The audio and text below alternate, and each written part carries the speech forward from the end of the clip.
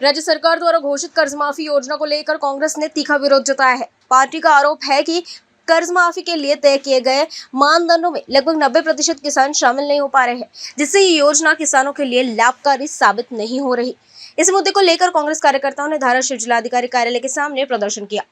आंदोलन के दौरान कांग्रेस ने धाराशिव जिले से प्रस्तावित शक्तिपीठ महामार्ग परियोजना का भी विरोध किया और इसे अनावश्यक बताते हुए रद्द करने की मांग की। प्रदर्शनकारियों ने सरकार से भी सभी किसानों के लिए बिना भेदभाव के व्यापक कर्ज माफी लागू करने की मांग की। कांग्रेस नेताओं ने कहा है कि पार्टी किसानों के हितों के लिए संघर्ष जारी रखेगी और जरूरत पड़ने पर जेल जाने से भी पीछे नहीं हटेगी। धाराशिव जिल्हा काँग्रेस कमिटीच्या वतीनं आम्ही आता जी शासनाने फुटी आणि फसवी कर्जमाफी जाहीर केली त्याच्या संदर्भात आणि जिल्ह्यातून जाणारा शक्तिपीठ मार्ग रद्द करण्यासंदर्भात हे आम्ही आंदोलन करतो आहोत। फुटी कर्जमाफी याच्यासाठी की जी 2 लाख रुपये सरकारनं परवा नुकतीच कर्जमाफी जाहीर केली त्याच्यामध्ये 90% शेतकरी त्या निकषात बसत नाहीत।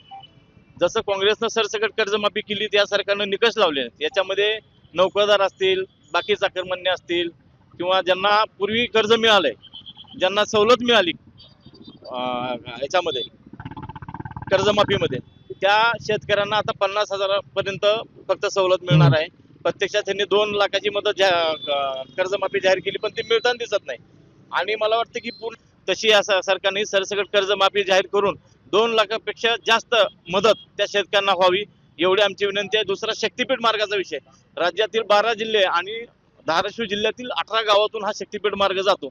या शक्तिपीठ मार्गाच्या नावाखाली अतिशय कष्टानं सांभाळलेल्या शेतकऱ्याच्या जमिनी असतील, महत्वाची शेती असेल ते आता त्या रस्त्यामध्ये जाणार आहे। अतिशय तुटपुंजा मावळीच्या शेतकऱ्यांना देव करून हे सरकार त्या जमिनी ताब्यात घेत आहे। या जमिनीत अदानी अंबानी सारखी लोक जगवण्यासाठी, गुत्तेदार जगवण्यासाठी, अदानीचा कोळसा वाहण्यासाठी हा मार्ग त्या ठिकाणी केला जातो आहे हे आमचं काँग्रेस पक्षाच्या वतीने स्पष्ट मत आहे। दुसरा विषय, हा मार्ग 20 ते 25 फूट उचलून आहे ज्याच्यामुळे भविष्यात शेतकऱ्याच्या पोराला त्या रोडला टपरी सुद्धा पानाची टाकता येणार नाही।